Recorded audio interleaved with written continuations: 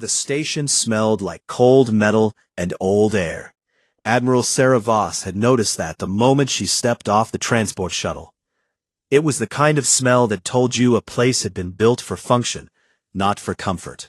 The Galactic Accord Tribunal Station was exactly that. It was a large, rotating structure, floating in neutral space, far from any single planet, far from any government that might try to influence what happened inside its walls. It was supposed to be a place of fairness. Voss was not convinced. She walked down the long corridor toward the main chamber, with her second-in-command, Commander Tev Halleck, at her side. Halleck was a tall man with short dark hair, and the kind of face that never showed much emotion. He was good at that. Voss had always admired it. Right now, she needed to be good at it too. Around them, the station staff moved quickly and quietly. Most of them were not human. Voss passed a tall, thin creature with gray skin and 4 arms. It glanced at her and looked away fast. She passed a group of smaller beings with wide orange eyes. They stopped talking when she walked by. She noticed all of it. She always noticed. The charges had arrived 3 weeks ago. They came in the form of a formal document, sealed with the marks of 7 different civilizations, transmitted directly to Earth's Terran Defense Command. The document was long, very long. The language was formal and stiff, the kind of writing that took simple things and made them sound complicated. But when Voss had sat down and read through it carefully, the message inside was simple enough. The Galactic Accord believed that humanity had fought dirty. The charges listed were many: psychological warfare, environmental weaponization, use of biological agents, violation of the Accord's established rules of civilized combat. Each charge came with evidence attached: recordings, sensor logs, field reports written by alien military observers who had watched the Battle of the Cathara Corridor from a safe distance. Each piece of evidence had been carefully labeled and organized. Someone had worked very hard to build this case. She had read it once slowly, then again quickly. Then she had put the document down on her desk and sat very still for a long moment. Then she had smiled. Halleck had been standing nearby when she did that. He had raised an eyebrow. She had simply told him to pack for a trip. The main chamber of the tribunal was large and shaped like a half circle. The ceiling was high. The walls were made of a pale gray material that seemed to absorb sound. At the far end of the room sat the Grand Council, 7 delegates, one from each of the civilizations that had filed charges against Earth. They sat behind a long, curved bench, elevated above the floor, looking down at the small platform where Voss and Halleck now stood. Voss looked at each of them in turn. She had studied their species before coming. The delegate on the far left was Arbiter Putan from the Vethkai Collective. His species were insectoid, hard-shelled, compound-eyed, with mandibles that clicked softly when they spoke. He was the one who had organized the charges, the main prosecutor. He sat very straight and watched her with those large, unblinking eyes. To his right sat a smaller creature wrapped in moisture-sealed clothing.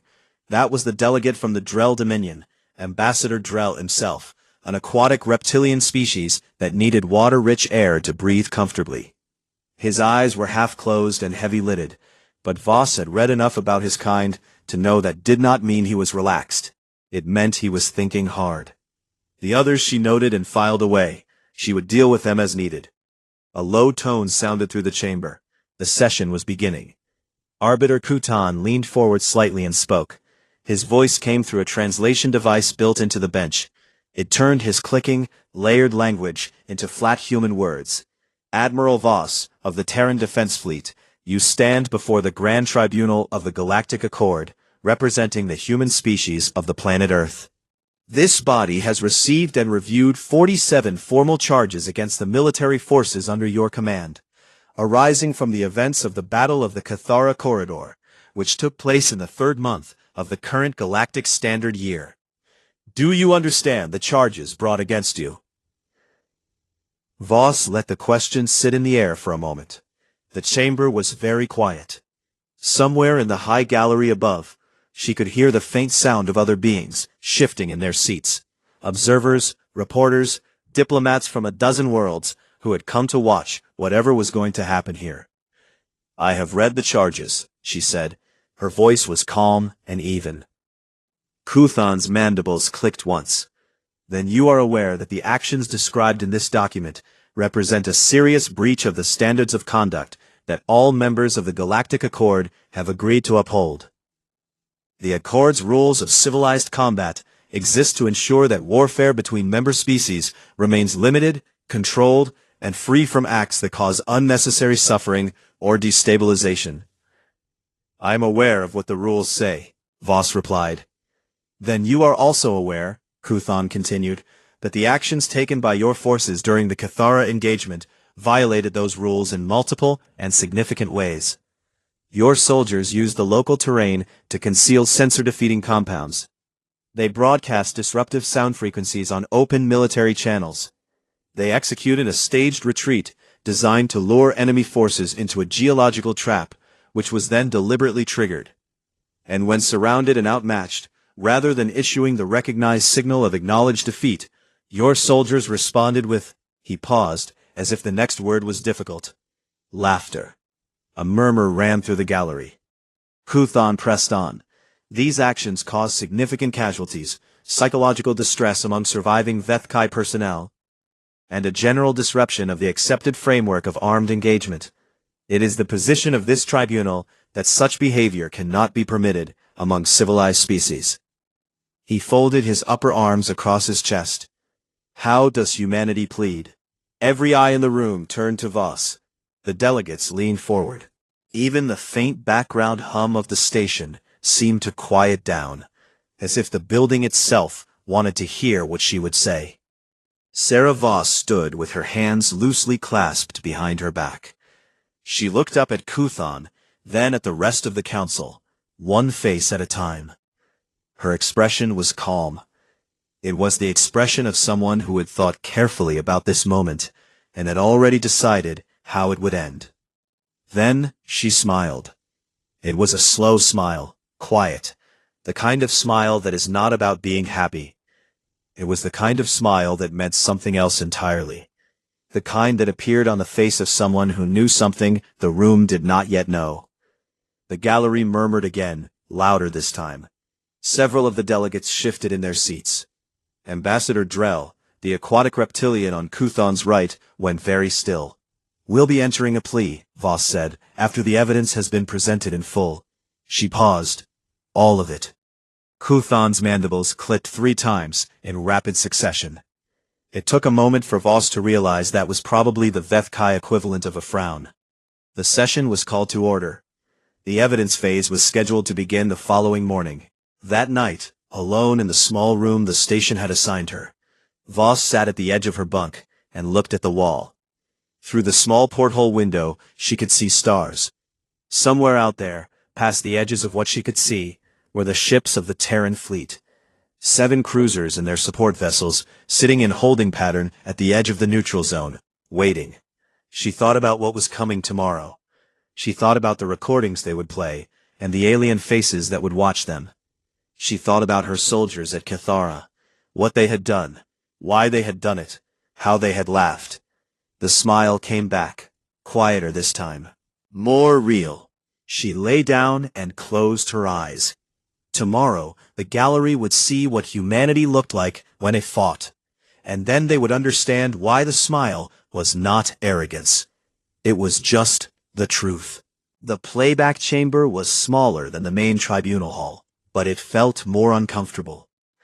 The ceiling was lower. The air was slightly warmer.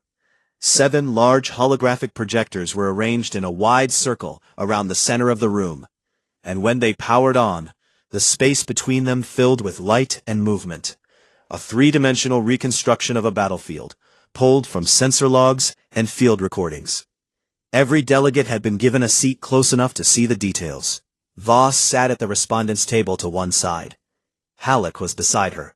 She kept her hands flat on the table in front of her, and watched the projection with an expression that gave nothing away. Arbiter Kuthan stood near the edge of the projection field, with a thin data rod in one hand. He pointed it at the center of the display, like a teacher at a board.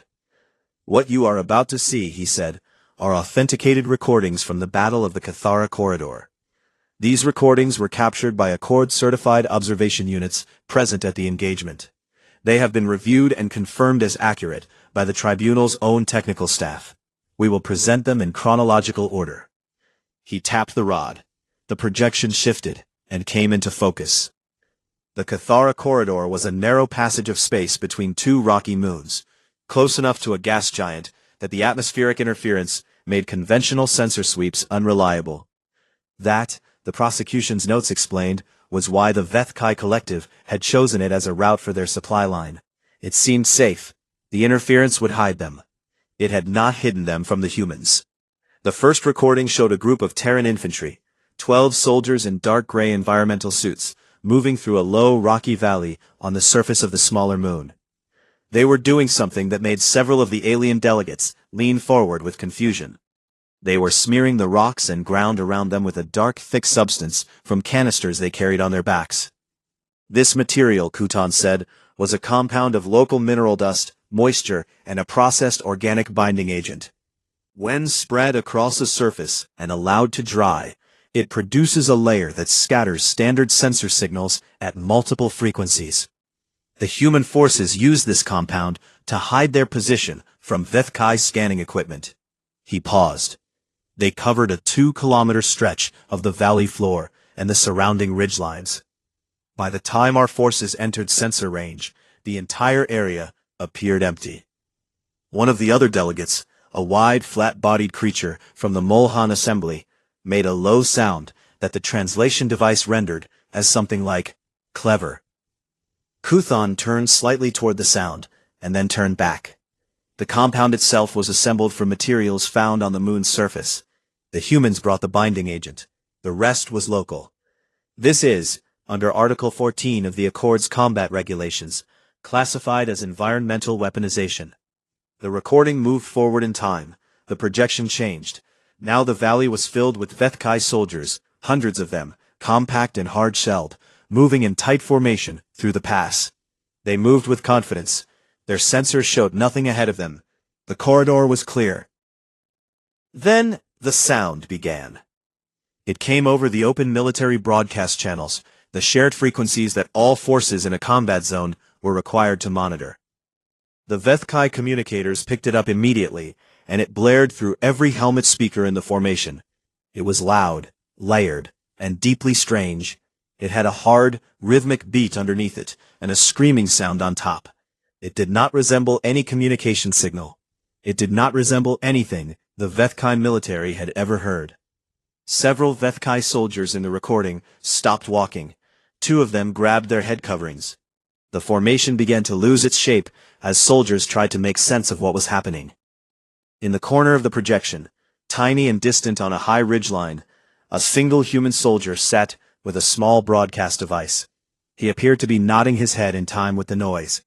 This audio broadcast, Kuthan said, and his mandibles clicked with what Voss had begun to read as agitation, was deliberate psychological interference. The sound used was a form of human music, specifically a genre known as heavy metal, selected for its frequency range and volume, which tests conducted after the battle confirmed was maximally disorienting for Vethkai auditory biology. The broadcast continued for 11 minutes. Another pause. Article 9 of the Combat Regulations prohibits the use of psychological interference weapons. Ambassador Drell, who had been very still, turned his heavy-lidded eyes toward Voss. She did not look back at him. She was watching the projection. The recording jumped again. This was the part Voss had been waiting for. She had seen the raw footage before. Her soldiers had sent her copies before the tribunal had even filed its first document.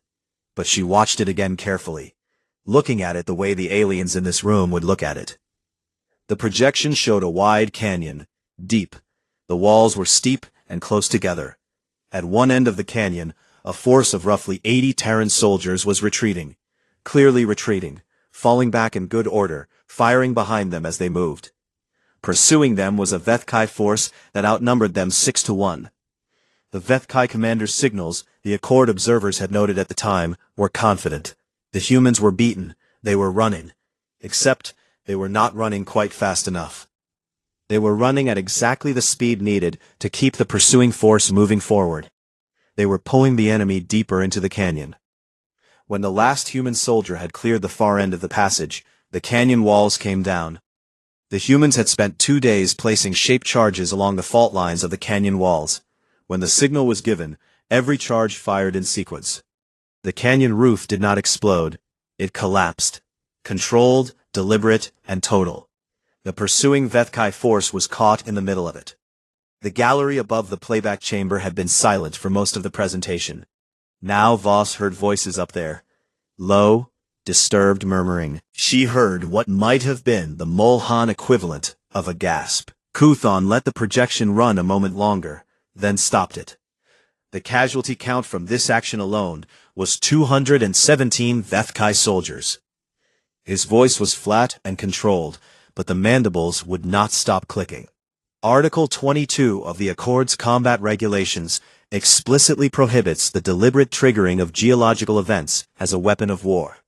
The reasoning is simple. Such events cannot be limited or recalled. They cause destruction that extends beyond any military necessity. He looked at Voss directly. She met his eyes. She gave him nothing. But the recordings do not end there, Kuthon said. He tapped the data rod again. The final clip was shorter than the others. It showed a small group of Terran soldiers, no more than 15, who had become separated from the main force. They were surrounded. Vethkai units had them on 3 sides with no exit. The Accord's observers had flagged this as a likely surrender event. The Vethkai commander had broadcast the standard signal, the universal pattern that meant, in every language in the Accord, that a combatant should stand down and accept capture. The humans looked at each other. Then one of them started laughing. It spread. Within seconds, several of them were laughing. Real, deep, honest laughter. The Vethkai commander broadcast the signal again. The laughter got louder. Then the humans attacked. 15 soldiers against 60. They did not win cleanly, but they broke out. 3 of them died doing it. The rest escaped into the terrain and rejoined the main force. The projection went dark. Kuthon set down his data rod. He looked out at the room, at his fellow delegates, at the gallery, and finally at Voss. These are not the actions of a military force operating within the bounds of civilized conduct. These are the actions of a species that does not understand, or does not care, what those bounds are meant to protect. He spread all 4 of his arms slightly, a gesture his species used when making a point of great weight. We are not here to punish humanity for being effective. We are here because what we saw in those recordings was not warfare as this Accord has ever known it. It was something else. And we deserve to know what that something else is. He sat down. The room was quiet for a long moment. Voss looked at Halleck. He gave her the smallest of nods. She looked back at the now dark projectors in the center of the room, where the canyon had just collapsed, and 15 soldiers had just laughed in the face of 60 armed enemies. She thought, yes, she supposed she owed them an explanation. She was going to enjoy giving it. The next morning, the chamber felt different. Voss could not have said exactly what had changed. The room was the same. The seats were in the same places. The 7 delegates sat behind the same curved bench. But the atmosphere was heavier now, the way air feels before a storm. The aliens in the gallery were quieter. The delegates themselves seemed to be sitting more carefully, more deliberately, as if they had all spent the night thinking about what they had watched. Voss had spent the night reading. When the session was called to order, Kuthon offered her the floor. His voice was polite and formal. His mandibles were very still. She noticed that, when they were moving, he was agitated. When they were still, he was being careful. Good. That meant he was taking this seriously. Voss stood up from the respondents' table. She did not bring notes. She did not bring a legal team. She walked to the center of the floor, where witnesses stood to give testimony, and she looked up at the 7 delegates. I'd like to use the display, she said. Kuthon gave a small nod. The holographic projectors came back on, but dim. Just a soft glow waiting for input. Voss connected her data drive to the chamber's shared system. A document appeared in the projection. Old. The formatting was simple, the text ancient by any standard. She let the delegates look at it for a moment. This is a book, she said. It was written on Earth, approximately 2,500 years ago. Its author was a man named Sun Tzu. He was a military commander and strategist. The book is called The Art of War. She looked at the projection. I'm going to read a few lines from it. She read, "All warfare is based on deception. When able to attack, we must seem unable. When near, we must make the enemy believe we are far away. Hold out baits to entice the enemy. When he seeks rest, give him no peace." She let that sit. 2,500 years ago, she said again. This was not a new idea when it was written. The strategies it describes were already old then. They had been used by human armies for centuries before Sun Tzu put them into words. He simply organized them. She tapped her drive. A second document appeared beside the first. Different format. Later period. This is from a Prussian general named Karl von Clausewitz. 19th century Earth. He wrote, "War is the continuation of politics by other means. The object of war is not fighting. The object of war is achieving a result. Fighting is only the tool." She tapped again. A third document. A fourth. She built them up on the display one by one. Centuries of human military writing, stacking beside each other, in the projection. Names and titles and dates that meant nothing to the aliens in the room, but whose content, read aloud in flat translation, began to form a pattern that even non-human minds could follow. Musashi on patience, Patton on aggression, Rommel on flexibility, Napoleon on speed, a dozen more, each one adding a piece to something larger. The gallery had gone very quiet. The delegates were leaning forward. "I want to explain something to this tribunal," Voss said. Her voice was still calm, still even. She was not angry, she was not performing. She was speaking the way she would speak to a room full of officers being briefed on something important. The Accord's rules of civilized combat were written by species who reached the stars before humans did. You had already settled into your place in the galaxy. You had already established what warfare looked like. Formal, bounded, with accepted signals and expected behaviors. You created those rules in a context where the species involved had relatively stable histories. No species in this room, as best as I've been able to learn, ever came close to destroying itself. She paused. Humans did. Repeatedly. She kept going. In Earth's recorded history, we have survived plagues that killed 1/3 of our entire population. We have survived wars that flattened whole cities in a matter of days. We came, on more than one occasion, to within a single decision of ending our civilization with our own weapons. We have had famines, floods, collapses of governments and economies and systems we had built over generations. She looked at Kuthon. And every single time, we got back up. That is not something that happens by accident. That is not something that happens because a species is lucky. What you saw in those recordings, the sensor compounds, the sound broadcasts, the staged retreat, the laughter when surrounded, that is not a violation of your rules. That is what 2,500 years of refinement looks like. That is what a species produces when it has had to fight for its survival with everything it had, against enemies that were sometimes its own neighbors, sometimes its own governments, sometimes its own choices. She tapped the drive one final time. The display filled with a long scrolling list. Battles, dates, locations. The names meant nothing to the aliens. The sheer length of the list did. Every strategy your prosecution called a violation was used by humans against other humans long before any of your species found us. The sensor deception was used in a conflict we call the Second World War, nearly 400 years before first contact. The psychological audio weapon has roots in ancient warfare. The feigned retreat is in Sun Tzu, which is to say it is at least 2,500 years old. And the refusal to surrender, she let a small breath out through her nose, goes back so far we have lost the date. Kuthon spoke. His voice was careful. You are saying that humans did not invent these methods. I am saying that humans perfected them, Voss replied. Because we had to. Because the alternative was extinction. And we have been very, very motivated to avoid extinction. There was a long silence. Ambassador Drell's heavy-lidded eyes had opened wider than Voss had seen them. He was looking at the scrolling list of battles on the display. She watched him read it, or try to. It was very long. "You fought each other," said one of the other delegates, a smaller being, with pale, papery skin and large ears. The Solon representative. She had barely spoken in the prior session. All of these conflicts, were between humans? The great majority of them, yes, Voss said. The Solon delegate looked at her colleagues. She looked back at Voss. "And you, survived that? We're here, aren't we?" The silence that followed was the longest one yet. Voss stood at the center of the floor and let it run. She did not try to fill it. The delegates needed a moment to let what she had said settle into them. She understood that. She gave it to them. It was Kuthon who broke it.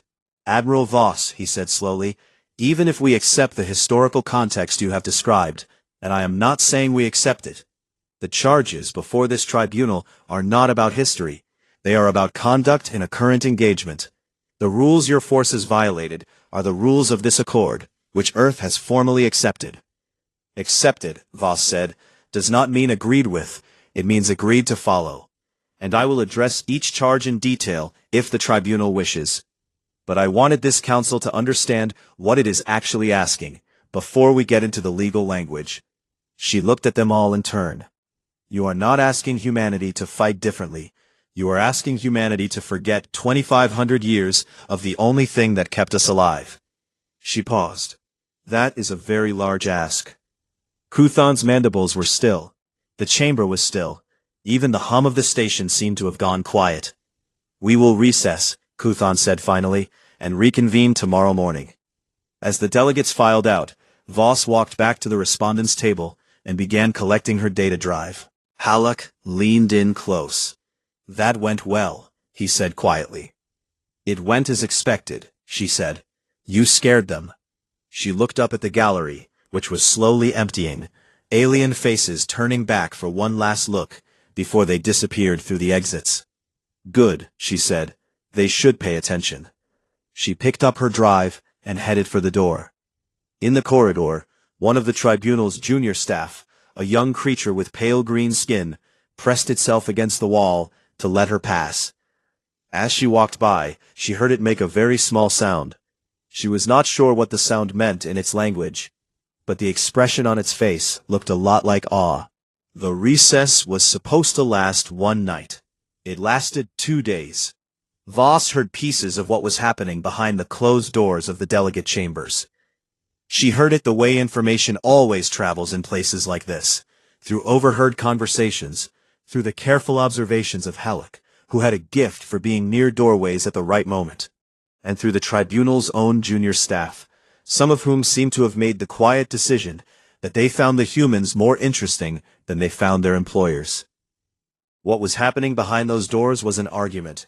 The Vethkai delegate, Kuthon, was pushing hard. He had come to this tribunal to win, and the evidence he had built was solid. He had recordings, he had article numbers, he had timestamps and casualty figures. He had a case, and he was not going to let Voss's history lesson knock it over. He argued that the historical context she had presented was irrelevant to the legal question. It did not matter how long humans had been fighting this way. What mattered was that they had agreed to the accord, and the accord had rules, and those rules had been broken. Several of the other delegates agreed with him. The Molhan delegate agreed with him. The delegate from the Solon Combine, the one with pale skin and large ears, who had asked the quiet question about survival, agreed with him also, though according to Halleck, she seemed less certain about it than she had been at the start of the session. But then there was Ambassador Drell. The aquatic reptilian had been quiet throughout the proceedings. He had watched and listened. He had asked very few questions, but behind the closed doors of the recess chamber, he had apparently found his voice, and what he said had changed the temperature of the argument considerably. He had read the Accord's founding charter, not just the sections that dealt with combat regulations, the whole thing. He had apparently spent the entire first night of recess going through it, and on the morning of the second day, he had come to the meeting with a specific passage. It was from the original founding principles, written before the combat regulations, before the membership agreements, before all the structures that had been built on top of the original document. It was old language, formal and careful. Halleck had managed to get a copy of the passage Drell had read aloud. He had brought it to Voss on a small data card. She had read it 3 times. The passage said, "Combat law governs method, not outcome. Outcome is the sovereign right of any party in a conflict. No member species may be judged solely for achieving the result their forces sought, provided no explicit provision of this charter was materially violated." Voss had put the data card down on the table in her room and looked at the ceiling. The Accord's own founders had written that method could be governed, outcome could not, and if all of the human tactics at Cathara had violated tradition, had violated the unwritten assumptions of how war was supposed to look, but had not violated the explicit written provisions of the charter in a material and clear way, then the legal foundation of the charges began to crack. Drell, it turned out, was a very careful reader. When the session reopened on the morning of the 3rd day, the chamber felt different again, heavier. The delegates who had seemed confident before were now less so. Kuthan was the exception. His mandibles were moving constantly. He had clearly spent the recess looking for a way to save his case, and he had found one remaining thread he intended to pull. He opened the session himself, before Voss had a chance to speak. "The tribunal has reviewed the passage raised by Ambassador Drell," he said, "and we acknowledge its relevance to several of the charges on the list. We are prepared to set those charges aside, pending further legal review." A pause, brief and controlled. "However, one charge remains that we believe is not addressed by the founding charter passage, and it is the one I consider most serious. The charge of psychological warfare." He looked at Voss. The audio broadcast at Cathara was a deliberate attempt to disorient and destabilize the mental state of enemy combatants. This goes beyond tactical deception. This is an attack on the soldier as a thinking being, not on the soldier as a physical threat. The Accord's Article 9 is explicit. Combatants retain the right to mental integrity in the field. You cannot weaponize a person's own mind against them. He let that land. "But the audio broadcast is not actually my central concern," Kuthan continued, and now his voice changed, just slightly. Became something more personal. Something that surprised Voss, because she had not expected honesty from him here. "My central concern is the laughter." The gallery stirred. The Accord's observer report from the incident, involving the 15 surrounded soldiers, notes the following. The Vethkai field commander issued a lawful surrender signal on the correct frequency, in the correct format, at close enough range to be unmistakable. The surrounded soldiers heard it. Their own recordings confirm they heard it. He looked at the notes in front of him, then looked up. They laughed, and then they attacked soldiers who outnumbered them 4-1. He paused again. This pause was different from the others. It was not a legal pause. It was the pause of someone trying to understand something that genuinely troubled them. I have spoken with Vethkai soldiers who were present at that engagement, the ones who survived the breakout. I asked them what it felt like when the surrounded humans laughed. I will tell you what they said. He folded all 4 arms in front of him. They said they were afraid, not of the humans as soldiers. They were already outnumbered. They had already won by every reasonable measure. They were afraid because the humans were surrounded, outmatched, and facing capture, and they were not afraid. And something that is not afraid when it should be afraid is not operating by any rules that can be understood or predicted. The gallery was absolutely silent now. Kuthan looked at Voss directly. So I ask you, Admiral, not as a legal question, as a sincere question, from one living being to another, what kind of creature laughs when it is about to die?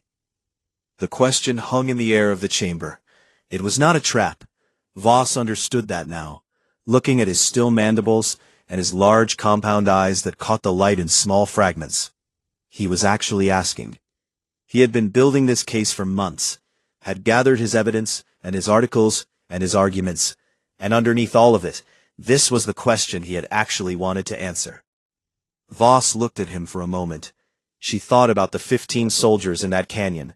She thought about their names. She had looked them up, every one of them. She thought about the 3 who had not come back, and the 12 who had.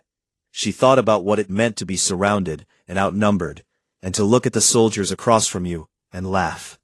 She leaned forward slightly and spoke into the microphone. The kind that isn't planning to. The gallery erupted. It was not applause. It was something between shock and sound. A room full of different species all reacting at once in their own ways. The Mohan delegate made the gasping sound again. The Solon delegate went very still. Several beings in the gallery were on their feet. Two of the junior tribunal staff, standing near the side wall, looked at each other with wide eyes. Kuthan sat back in his seat. He did not speak for a long time. Voss sat quietly and let the room settle.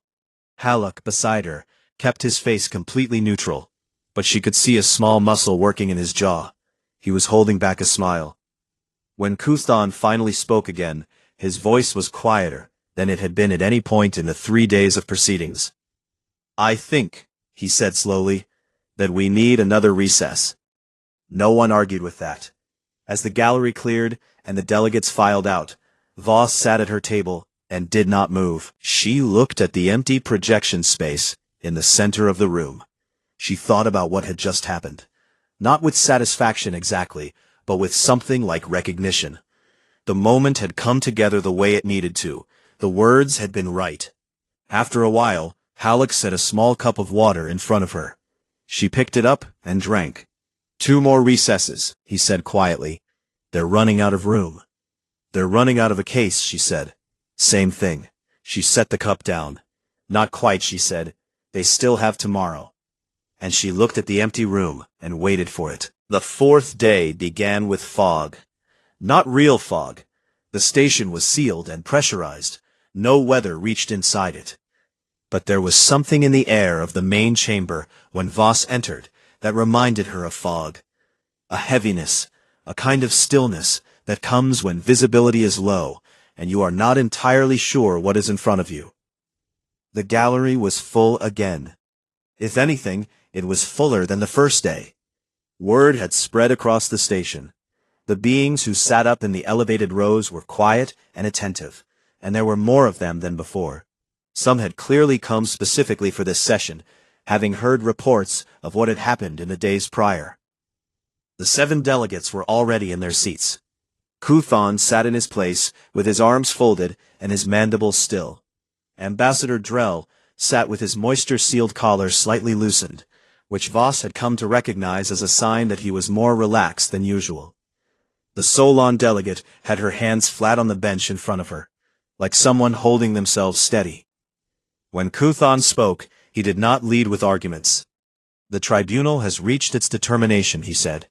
We will read the ruling now. Voss sat straight and kept her hands in her lap. The ruling took almost 20 minutes to read aloud, because it had to be read first in the Accord's formal language and then translated into every member species' tongue, simultaneously. Voss listened to the human language version through the small receiver Haluk had clipped to her collar before the session began. She listened carefully, even to the parts she already expected. Charges 1 through 12, all relating to the terrain sensor compound, were dismissed. The tribunal found that the compound used did not meet the definition of a prohibited environmental weapon under any current provision. It was a surface material. It affected sensors, not the living environment. Dismissed. Charges 13 through 22, relating to the audio broadcast, were also dismissed, but with conditions. The tribunal acknowledged that the broadcast had caused genuine distress to Vethkai personnel. However, the distress was auditory and temporary. Article 9's protections against psychological weapons applied to sustained, targeted mental interference, not to a sound broadcast of limited duration. Dismissed, with a note that the Accord's Review Committee would examine whether the article needed to be updated to address such tactics going forward. Charges 23 through 39, the canyon collapse, were the ones Voss had been most uncertain about, and it showed in the length of the ruling on those particular points. The tribunal went back and forth visibly in its language, acknowledging the severity of the casualties, acknowledging that the action had been deliberate, before ultimately landing on the same ground that Ambassador Drell had raised in the recess. The Accord's founding charter held that outcome was sovereign. The canyon collapse had been an extreme act, but extreme was not the same as prohibited. dismissed. The remaining charges, the psychological warfare count that Kuthon had argued most passionately, were the last to be addressed. The tribunal found that the specific behaviors cited, including the refusal to issue a surrender signal and the combative response when surrounded, did not fall under any provision of Article 9 as currently written. The actions were unusual. They were disorienting to opposing forces. But the Accord did not, and could not, require a member species to surrender at any particular moment or in any particular manner, so long as they did not engage in acts prohibited by specific text. All charges dismissed. The gallery did not erupt this time. There was a sound, a collective exhale almost, the sound of a large group of beings processing something together. But it was not noise. It was more like a change in the air pressure of the room. Kuthon waited for it to settle before he continued. This ruling, he said, does not constitute an endorsement of the tactics employed by Terran forces at the Kethera corridor engagement. The tribunal has significant concerns about certain aspects of human military conduct that fall outside the scope of the current charges. A formal review process will be initiated to determine whether the Accord's combat regulations require amendment in light of the methods demonstrated. Earth's delegation will be invited to participate in that process. She nodded once. This session is closed. The delegates rose. The gallery began to empty. Halleck leaned back in his chair and let out a long breath through his nose. It was the most visible emotional response Voss had seen from him in the entire 4 days.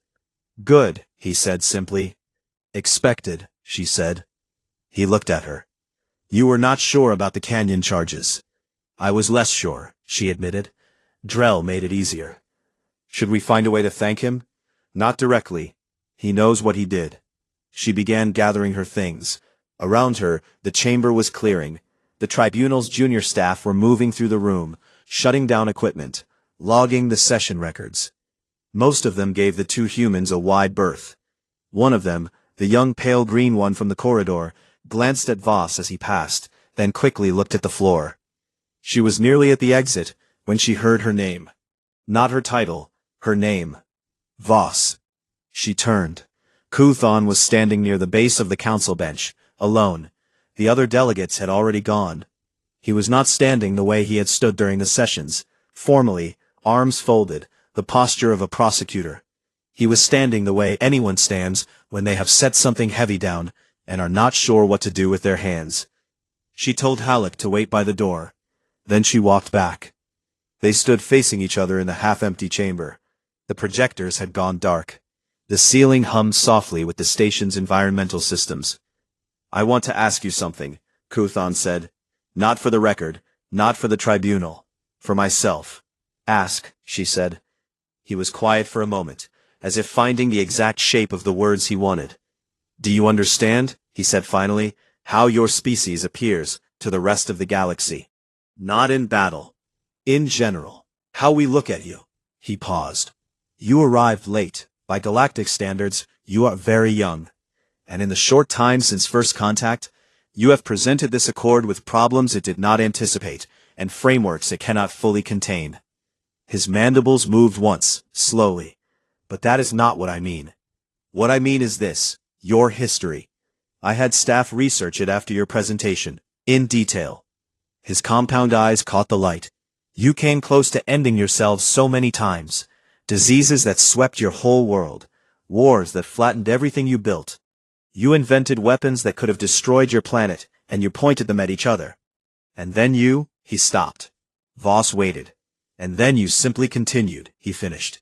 Every time, you continued, you rebuilt, and you adapted, and you continued.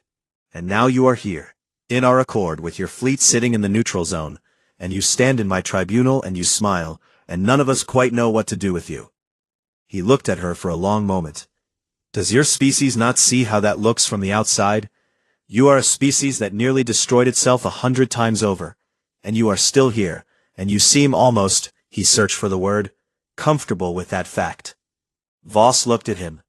She took in the large compound eyes, the still mandibles, the careful posture of a being who had built a careful case and lost it, and was now standing in an empty room, asking the question that had been underneath the whole thing from the start. She thought about Earth, about the long history she had laid out in that display, all those centuries of fighting and dying and rebuilding. She thought about her soldiers at Cathara, outnumbered and surrounded, and the sound they had made. She thought about the 3 who had not made it home, and the 12 who had, and what it meant to be the kind of people who laughed, not because they did not understand the danger, but because they had decided the danger was not going to have the last word. She thought about every civilization that had come before them, and every disaster they had walked out of, still breathing, still moving, still building something new from whatever was left. And she felt the smile come, the same one from the first day, the one that was not about being happy, but about knowing something true. Yeah, she said. It came out quietly, warm, and completely honest. That's winning. Kuthan looked at her for a long moment. His mandibles did not move. His expression, across the gap of species and biology and 1,000 years of separate history, was hard to read. But Voss thought. She could not be certain, but she thought that what was in his eyes was not fear anymore.